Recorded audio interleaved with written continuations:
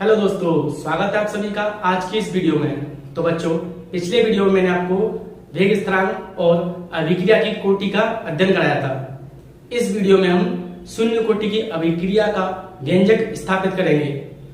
इसके लिए अगर आपने पिछली वीडियो नहीं देखी है तो आप प्लीज पहले उस वीडियो को देखें, जिससे कि आपको आज का कॉन्सेप्ट अच्छे से क्लियर हो। वो वीडियो आपको आई बटन पर मिल जाएगी।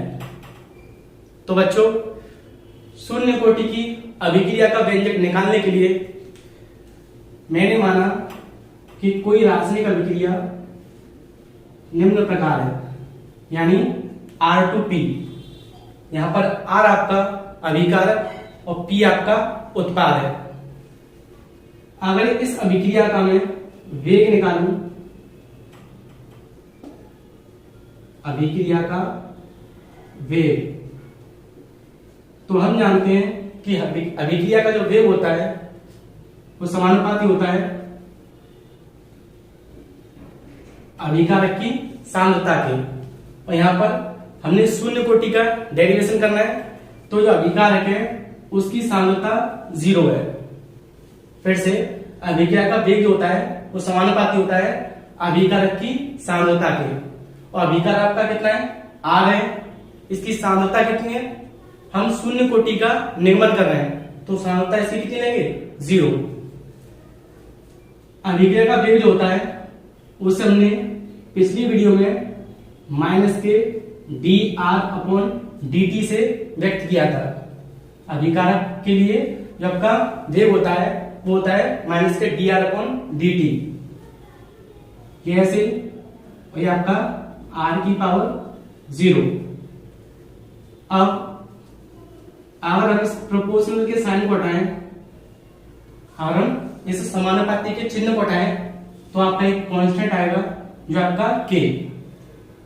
और r की पावर 0, जिस संख्या की पावर 0 होती है उसका मान 1 होता है, तो r की पावर 0 इसका मान 1 हो जाएगा। तो आपका आ गया माइनस के dr/dt बराबर k। अब हम इसमें जो आपकी बटे में संख्या है उसको हम इनटू में लाएंगे, यानी क्रॉस मल्टीप्लाई कर देंगे। तो आपका आएगा माइनस के dr बराबर, ये इधर आ जाएगा, तो माइनस के kt, माइनस के dr बराबर k इंटू dt। अब देखिए, इसका हमें क्या करना है? दोनों तरफ का समाकलन करना है। तो यहां लिखेंगे दोनों तरफ का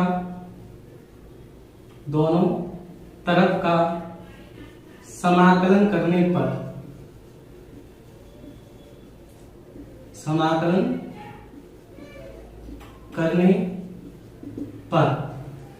तो इसका समाकलन करेंगे, तो ये आपका आएगा माइनस के dr, और ये आपका आएगा इंटीग्रेशन के अंदर dt।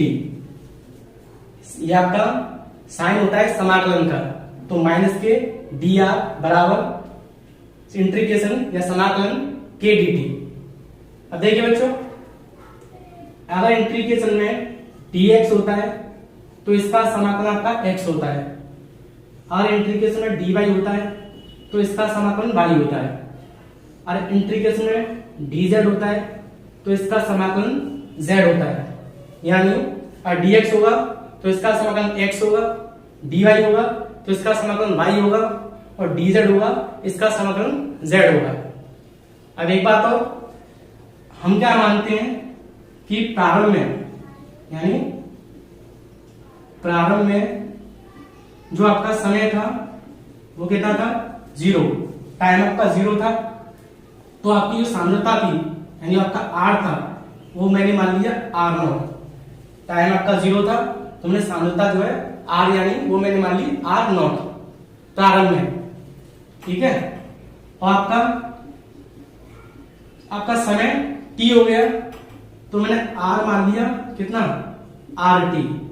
मतलब t बराबर 0 पर जो R है मैंने उसको R0 मान लिया, यानी अभिकारक की सांद्रता को। t समय पर जो आपका R था उसको मैंने RT मान लिया। तो हम क्या करेंगे, ये आपका जो इंटीग्रेशन होता है इसके नीचे आपकी लोअर लिमिट आती है और ऊपर आपकी अपर लिमिट आती है। तो देखिए ये आपका t बराबर 0 यानी समय कम है और ये t कितना है, समय टाइम दिया है, तो t 0 है, तो इसके लिए जो r का मान है वो क्या है, r0, तो ये आपकी लोअर लिमिट, तो इसको लिखेंगे हम नीचे, और 0 से टाइम बढ़ गया t, तो आपकी r हो गया आपका rt, तो ये आपका बन गया अपर लिमिट, तो इसको लिखेंगे हम ऊपर। दूसरी बात है कि यहां पर dr था, तो r के लिए r लिखेंगे, यहां d के साथ t है, तो हम यहां t वाली लिमिट लिखनी है। तो देखिए t बराबर 0, तो हम लोअर लिमिट लिखेंगे 0 और ऊपर लिखेंगे कितना, t। फिर से t आपका 0 है, तो आपकी लोअर लिमिट कितनी है, 0। समय आपका t हो गया, तो आपकी अपर लिमिट यानी जो उच्चतम लिमिट है वो आपका t 0 था, तो r कितना है, r आपका r0, तो लोअर लिमिट आपकी r0, समय बढ़ा 0 से t हो गया, तो आपका r कितना हो गया, r हो गया आपका rt, तो आपकी अपर लिमिट है rt। अब देखिए मैंने आपको बताया था कि dx को हम x लिखते हैं, यानी dx का इंटीग्रेशन x होता है, dy का इंटीग्रेशन y होता है और dz का इंटीग्रेशन z होता है। तो यहां पर dr है, तो dr का इंटीग्रेशन क्या होगा, dr का इंटीग्रेशन होगा आपका r, dr का इंटीग्रेशन r, क्योंकि dx के लिए x है, dy के लिए y है, तो dr के लिए r आपका इंटीग्रेशन होगा। ये लिमिट है से r0 से rt तक बराबर, यहां हम लिखें तो k तो आपका 12 आ जाएगा क्योंकि नियतांक है, यहां पर dt है, तो d के साथ t है, तो इंटीग्रेशन क्या होगा इसका, t, लिमिट है 0 से t तक। अब इसके बाद हम इन लिमिटों को रखते हैं। लिमिट कैसे रखनी है, सबसे पहले आपका जो rt है उसे लिखेंगे, यानी अपर लिमिट को, और उसके बाद हम लिखते हैं लोअर लिमिट को। तो बच्चों ये माइनस ऐसे ही, और यहां पर आपका जो r है उस r के ऊपर क्या आ जाएगा, rt माइनस, फिर आएगा आपका लोअर लिमिट यानी r0, तो यहां पर rt पहले लिखेंगे यानी अपर लिमिट, उसके बाद r के ऊपर लिखेंगे r0 यानी लोअर लिमिट, तो rt माइनस r0 बराबर k। ऐसे सेम यहां से लिखना है, पहले t के ऊपर आपकी अपर लिमिट आएगी t, तो यहां लिखेंगे t और माइनस, फिर लिखेंगे आपका 0, तो माइनस के rt माइनस के r0 बराबर, इसका इसमें गुणा करेंगे kt, और 0 आपका हट गया। इस माइनस के चिन्ह को हम इधर लेके आएंगे, तो rt बराबर rt माइनस r0 बराबर, ये माइनस के इधर, तो माइनस का kt, rt का अगर मान निकाले तो rt बराबर माइनस के kt, और ये इधर आएगा तो ये आपका प्लस का r0, तो ये बनेगा आपका rt बराबर माइनस kt प्लस r0, यानी शून्य कोटि का व्यंजक। एक बार फिर से समझते हैं, हमने कोई रासायनिक अभिक्रिया R2P मानी, यानी R अभिकारक और P आपका उत्पाद। इसका हमने अभिक्रिया का वेग निकाला, तो वेग जो होता है वो आपकी अभिकारक की सांद्रता के समानुपाती होता है। तो अभिकारक जो आपका R है, इसकी सांद्रता कितनी है, शून्य कोटि यानी 0। जो अभिक्रिया का वेग है R के लिए यानी अभिकारक के लिए, वो होता है आपका माइनस के dr/dt, ये ऐसे और ये ऐसे, dr/dt, इस प्रोपोर्शनल के साइन को हम हटाएंगे तो आपका आएगा k, और किसी की पावर 0 होती है उसका मान होता है 1, तो आपका आएगा k × 1, इसका गुणा किया तो आपका आएगा k। अब हमने इसका क्रॉस मल्टीप्लाई किया तो ये आपका dt आ गया k के साथ। फिर हमने क्या किया, दोनों तरफ का समाकलन करने पर समाकलन किया तो ये आपका इंटीग्रेशन का दोनों तरफ साइन लग गया। प्रारंभ में टाइम मैंने 0 माना, तो टाइम 0 माना, तो r मैंने मान लिया r0, तो हमने तो r0 मान लिया टाइम 0 पर, 0 टाइम, और इसका r0 है अभिकारक की सांद्रता। समय बढ़ के t हो गया, समय बढ़ के t हो गया, तो आर आपका हो गया आर टी। तो जो आर था वो आपका ऊपर अपर लिमिट आर टी हो गया। dx के लिए x होता है इंटीग्रेशन, dy के लिए y होता है, dz के लिए z होता है। तो dr के लिए आपका इंटीग्रेशन होगा r, लिमिट ऐसे ही बराबर, यहां से k मैंने बाहर निकाल लिया क्योंकि k आपका नियतांक है, dt, और dt का आपका जो इंटीग्रेशन है वो आपका t, लिमिट है 0 से t तक। इसके बाद माइनस का साइन ऐसे, पहले इसमें हम अपर लिमिट रखते हैं यानी ऊपर वाली लिमिट। तो मैंने क्या किया, पहले RT लिखा, RT फिर माइनस का चिन्ह आकर हम लिखते हैं नीचे वाली यानी लोअर लिमिट को। तो RT minus R naught, RT minus R naught बराबर के ऐसे, यहां भी अपर माइनस के लोअर, तो t माइनस 0, तो आपका हो गया t माइनस 0। इसका इसमें बना किया KT, ये माइनस का साइन इधर पहुंचा दिया तो माइनस का हो गया, और आर नॉट को इधर लेके आए तो ये आपका प्लस का। तो आर टी बराबर आपका आ गया माइनस के के टी प्लस आर नॉट, और यही आपका शून्य कोटि का व्यंजक है। अब इसके बाद हम जो शून्य कोटि की अभिक्रिया है उसका एक ग्राफ बना लेते हैं। तो पहले मैं इसको रफ कर देता हूं। तो बच्चों आपने ग्राफ पढ़ा होगा मैथ में, जो होता है y बराबर एम एक्स प्लस सी, y बराबर एम एक्स प्लस सी। यहां पर x और y आपके अक्ष हैं यानी x अक्ष, और ये आपका y अक्ष, और m जो आपका होता है, m होती है रेखा की प्रवणता, m होता है आपका रेखा की प्रवणता, और c आपका कोई एक कांस्टेंट वैल्यू होती है यानी मान। इसका हम ग्राफ बनाए तो मान लीजिए ये आपका है x अक्ष और ये आपका y अक्ष। अगर हम इसका ग्राफ बनाए तो ये आपका x अक्ष है, ये y अक्ष है। तो देखिए अगर आपकी जो m की वैल्यू है वो प्लस में हो, जो आपका m है वो प्लस में हो, तो जो c आपका दिया बिंदु, जो आपका c दिया है, उसे पहले हम यहां मान लेते हैं। तो जब m आपका प्लस का होगा तो इसका ग्राफ कुछ इस तरीके से बनेगा। फिर से ये आपका x अक्ष है, ये आपका y अक्ष है, ये c दिया है तो मैंने यहाँ पर c बिंदु मान लिया। अब m आपका प्लस में दिया हो, m आपका प्लस में हो, तो आपका ग्राफ जो है वो इस तरीके से बनेगा, ठीक है। और अगर ये प्रवणता इस तरीके से हो, माइनस के एम एक्स प्लस सी, यानी जो m है वो आपका माइनस में दिया हो, तो क्या होगा, ये आपका y अक्ष है और ये आपका x अक्ष। तो देखिए ये c है हमारा, यहां मान लेते हैं c। तो जब आपका m जो है वो माइनस में होता है, m आपका माइनस में होता है, तो इसकी जो प्रवणता है वो इस तरीके से नीचे की ओर बनती है, यानी और आपका m प्लस का है तो ऊपर ग्राफ बनेगा, m आपका माइनस का है तो नीचे ग्राफ बनेगा। तो इस इक्वेशन को, जो शून्य कोटि का डेरिवेशन है, इसको ध्यान से देखें और इसकी तुलना हम y बराबर एम एक्स प्लस सी से करें। तो यहां पर जो आर टी है वो आपका y को शो कर रहा है, जो k है वो m, और t आपका x है और r आपका c है। यानी इन दोनों का हम कंपेरिजन यानी तुलना करें तो y के ऊपर क्या है आर टी, m के ऊपर क्या आपका माइनस के के टी, और x के ऊपर आपका t है, और c आपका कितना है आर नॉट।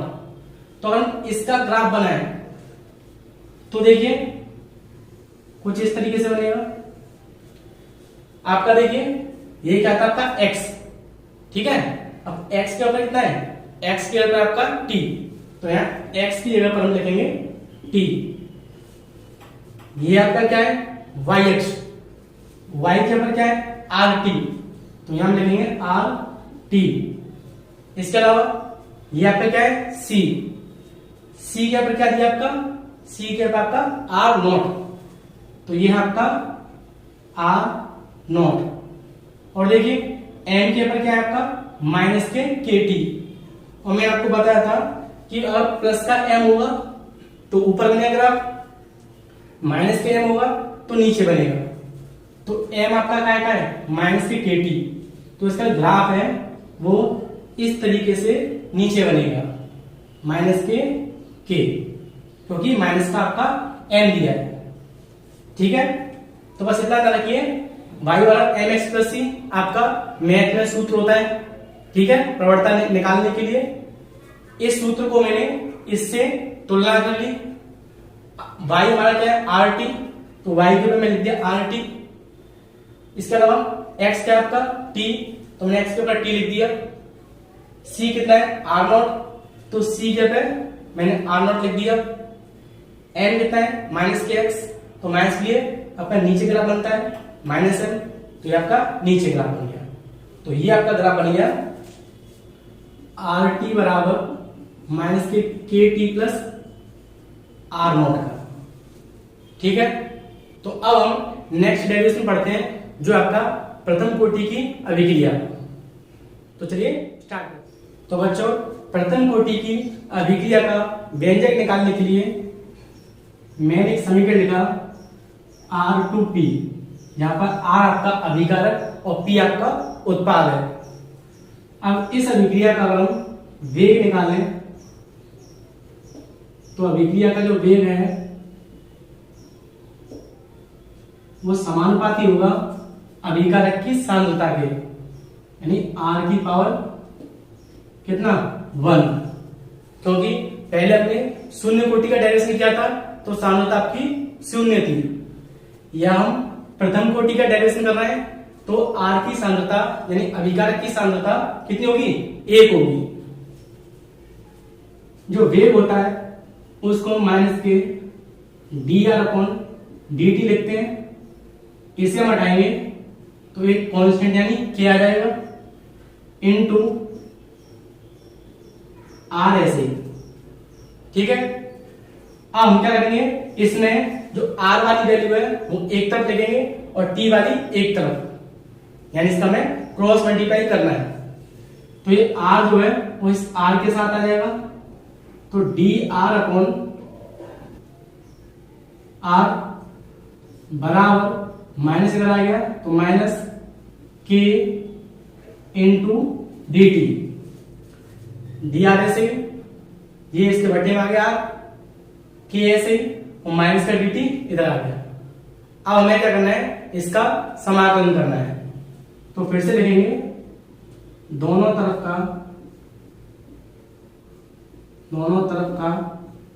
समाकलन करने पर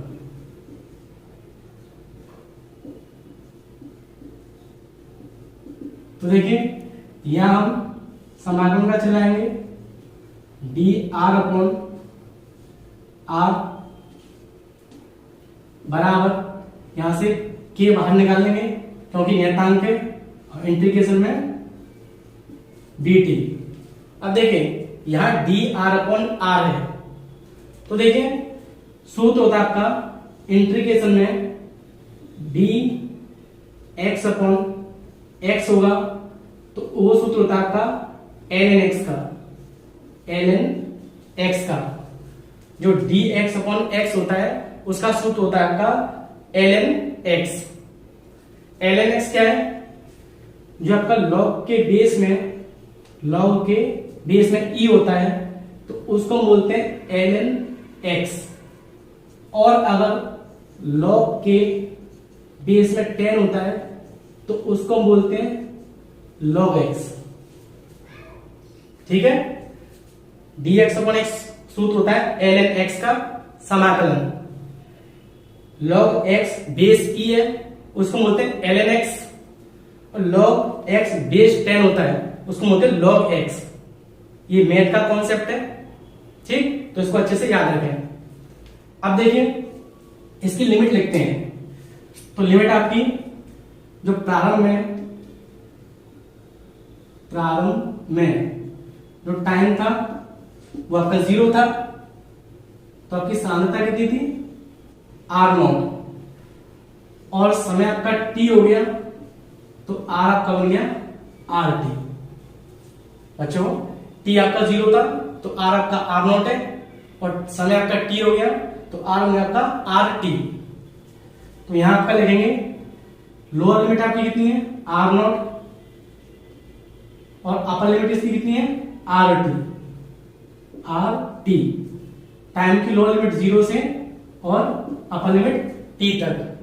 अब देखिए dx अपॉन x होता है ln x का, यहां पर dx x के ऊपर आपका केवल r दिया है तो सूत्र आपका ln x, तो क्या जाएगा ln r, तो ये सूत्र बन जाएगा आपका ln r का। लिमिट आपकी r नॉट से r t तक, ठीक है। सूत्र होता है आपका ln और x के ऊपर क्या है r, लिमिट है r नॉट से r नॉट से r t बराबर माइनस के ऐसे dt का क्या होता है t, अभी हमने किया था लिमिट है 0 से t। अब देखिए इस r t में पहले हमें r t लिखना है फिर r नॉट, तो आपका आएगा ln r t फिर माइनस लाके ln r नॉट,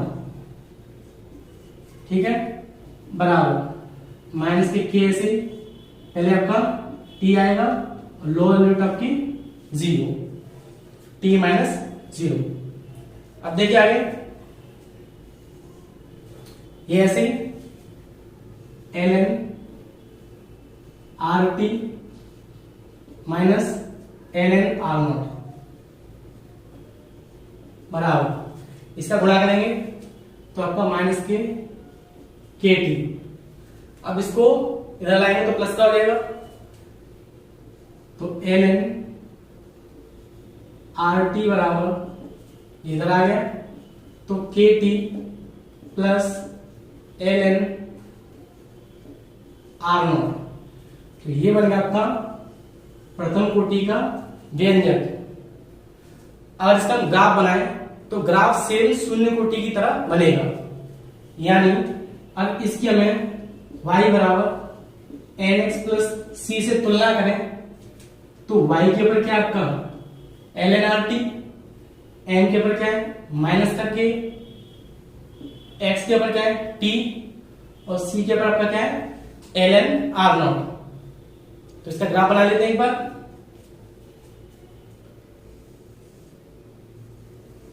देखिए यहां आपका होता था x अक्ष, मतलब ये आपका x अक्ष ये y, यहां आपका था c, ये था आपका माइनस के लिए, ये आपका ग्राफ था पहले। इधर आपका क्या है x, तो x के ऊपर क्या आएगा x के ऊपर आएगा आपका t, ऊपर क्या आपका y अक्ष, y के लिए क्या लिखेंगे ln rt, तो ये आपका ln rt। इसके अलावा ये क्या आपका c कितना है ln r नॉट, तो यहां का आएगा ln r नॉट, ठीक है। अब देखिए n कितना है माइनस का k, और माइनस के लिए क्या आता है माइनस के लिए नीचे ग्राफ बनता है, तो इसका ग्राफ बनेगा इस तरीके से, ठीक है। तो ये आपका बन गया किसका व्यंजक प्रथम कोटि का व्यंजक, यानी ln r t बराबर के T plus ln r not. तो ये इसका बन गया आपका प्रथम कोटि का ग्राफ। आई होप आपको आज का जो डेरिवेशन है वो अच्छे से क्लियर हुआ होगा। नेक्स्ट आपकी वीडियो में हम अर्धायुग की परिभाषा और उसका डेरिवेशन करना सीखेंगे, यानी उसका व्यंजक निकालना सीखेंगे। उसके लिए आपको क्या करना है कि हमने जो आपको शून्य कोटि और प्रथम कोटि के जो डेरिवेशन कराए हैं उनको आपको अच्छे से प्रिपेयर करना है, उसकी तैयारी करनी है और उसको अच्छे से नोट्स बनाने हैं, जिससे नेक्स्ट वीडियो है वो आपको अच्छे से क्लियर समझ आए। तो आज के लिए बस इतना ही। तो बच्चों वीडियो को लाइक करें और शेयर करें, और आप नए हो चैनल पर तो मेरे चैनल को सब्सक्राइब करें।